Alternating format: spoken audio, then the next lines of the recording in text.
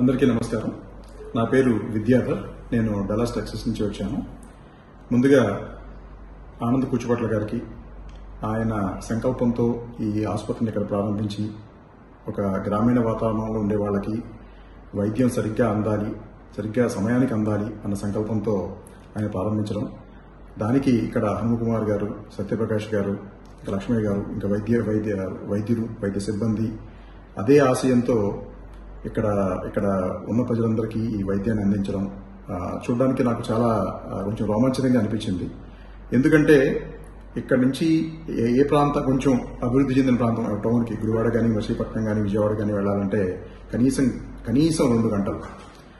అలాంటిది ఏ అర్ధరాత్రో లేకపోతే రోజులో అయినా కానీ ఏదన్నా అర్జెంటుగా నాకు ఏదైనా వైద్యం కావాలి అంటే అది 2 గంటల సమయం ఎంత విలువైనది అనేది మనందరికీ తెలుసు.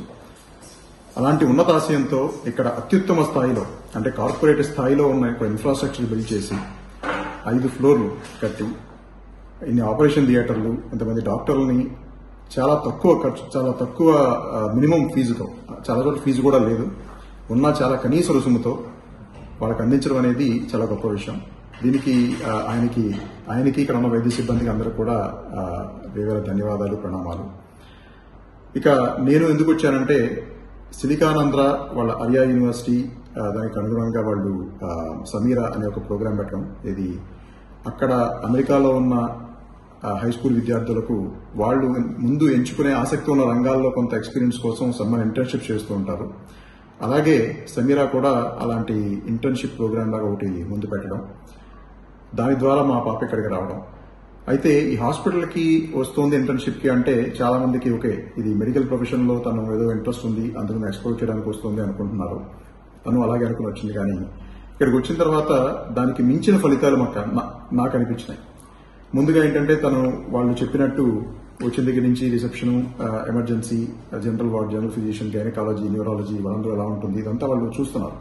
డాక్టర్లు ఎలా ప్రశ్నలు అడుగుతారు, ఎలా డయాగ్నోస్ చేస్తున్నారు, చిన్న చిన్న ఎక్విప్మెంట్స్ ఎలా వాడాలి, ఇలాంటివన్నీ వాళ్ళు నేర్చుకుంటున్నారు, చూస్తున్నారు, సర్జరీస్ కూడా చూస్తున్నారు, అంతా బాగానే ఉంది. కానీ ముఖ్యంగా నాకు అనిపిస్తున్నది ఏంటంటే అమెరికాలో కూడా మనం హాస్పిటల్కి వెళ్తాం, ఇక్కడ కార్పొరేట్ హాస్పిటల్ కూడా వెళ్తాం, చాలా సొఫిస్టికేటెడ్గా ఉంటుంది, ఏదో వైద్యం ఉంటుంది, మనం వచ్చేస్తాం. అలా కాకుండా ఇక్కడ అసలు వచ్చే పేషెంట్ల ద్వారా వాళ్ళ జీవన విధానం ఏంటి, ఇక్కడ వాళ్ళ అక్షరాస్యత ఎలా ఉంది, వాళ్ళకి అలాంటి వాళ్ళు ఎలా చెప్పగలుగుతున్నారు, డాక్టర్లకు ఉన్న బాధ్యత ఏంటి, ఒక పేషెంట్ వస్తే వాళ్ళ ఉన్న పరిస్థితులను బట్టి ఎలాంటి ప్రశ్నలు అడిగి ఎలాంటి విషయాన్ని రాబట్టి ఎలాంటి వైద్యాన్ని అందించగలుగుతున్నాడు, అలాగే ఏదో చెప్పేయకుండా ఆ వైద్యాన్ని ఇప్పుడు ఏదైనా మెడిసిన్ ఇస్తే మళ్ళీ నెక్స్ట్ విజిట్కి వచ్చేటప్పటికి తను ఏం చేశాడు, ఏం చేయలేకపోయాడు అని కనుక్కోవడం. ఒక డాక్టర్కు ఉన్న ఒక బాధ్యత ఇక్కడ ఒక 10 రెట్లు 100 రెట్లు ఎక్కువ కనబడుతుంది. సో అది పిల్లలకు అర్థమైంది. ఇదేంటంటే ఏదో వచ్చిన పేషెంట్ ని ట్రీట్ చేయడం కాదు, అక్కడ ఒక మనిషి యొక్క ఆరోగ్యాన్ని పెంపొందించాలి అనే ఉద్దేశంతో డాక్టర్ ఎలా బిహేవ్ చేస్తున్నారో అది it is not taught in school curriculum ఉండాలి ఆ బాధ్యత అనేది.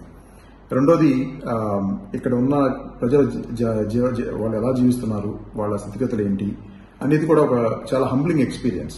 ఎందుకంటే మొదటి రోజు 2వ రోజు తర్వాత ఇంటికి వెళ్ళగానే అమ్మమ్మ తాతయ్య చుట్టూ అలా అడుగుతున్నారు, అమ్మ ఎలా ఉంది, ఏం చేశావు అంటే తను చేసేది కొద్ది 2 ముక్కలు చెప్పి ఇదేంటి ఇలా ఉంది, వీళ్ళు ఎలా ఉంటున్నారు అనేది చాలా ఆసక్తికరమైన ప్రశ్నలు అడుగుతుంటే అది నాకు చాలా ఎన్రిచింగ్ ఎక్స్పీరియన్స్ గా దానికి అనిపించింది అనమాట. ఎందుకంటే ఇలాంటివి మనం చెప్తే అర్థమయ్యేది కాదు, వాళ్ళు చూసి ప్రపంచం అంటే మనం ఉన్న చోటే కాదు, మనం ఉన్నదే ప్రపంచం కాదు, బయట చాలా ప్రపంచం ఉంది, చాలా విధాలుగా జనాలు జీవిస్తున్నారు, ఏది గొప్ప, ఏది పెద్ద, ఏది తక్కువ అనేది కాకుండా ఆ హంబ్లింగ్ ఎక్స్పీరియన్స్ అనేది వాళ్ళు చూసి వాళ్ళు నేర్చుకోవడం అనేది చాలా ఎన్రిచింగ్ ఎక్స్పీరియన్స్.